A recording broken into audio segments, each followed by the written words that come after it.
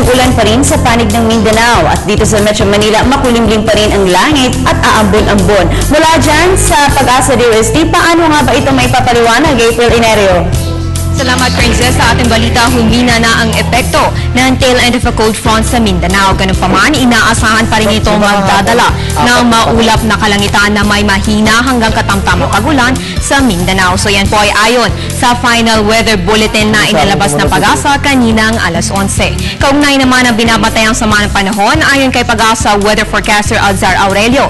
Bahagyang humina ang low pressure area, no, nakasalukuyang nasa labas pa rin ng ating area of responsibility. Pero inaasahan na mamayang gabi ay papasok na ito ng ating PAR. Sa dalawang senaryo na ibinigay nga ni Alzar, no, number 1, posible itong maging bagyo dahil kasalukuyang itong nasa karagatan. At kung maging isang ganap ng bagyo ay papangalanan itong Krising. Sa scenario number 2 naman ay malulusaw ang naturang sama ng panahon dahil naman sa northeast monsoon na ngayon nga ay umiiral ngayon dito sa may Luzon. Ayon pa kay Zar ay inaasahan namang lalakas muli ang amihan mamayang gabi at aabot hanggang sa Visayas. Samantala, nasa ilalim pa rin ng gale warning ang malaking bahagi ng mga baybayin ng bansa. Kasama po dito ang northern seaboards sa northern Luzon, eastern seaboards ng Luzon, kasama na ang eastern seaboards ng Visayas at Mindanao. Kaya patuloy ang ating pag-aabiso na delikado po ang maglayag lalo na sa maliliit na sasakyang pandagat dahil sa malalaking alon na dulot ng northeast monsoon.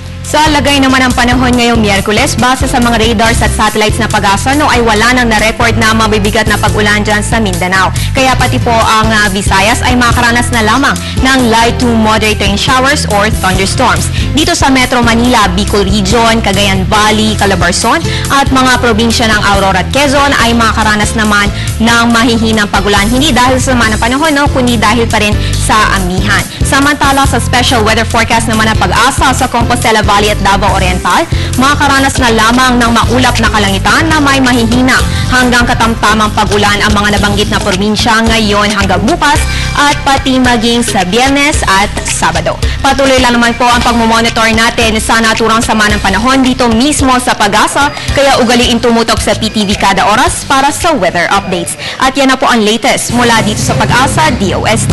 Para sa Telebisyon ng Bayan, April Nerio.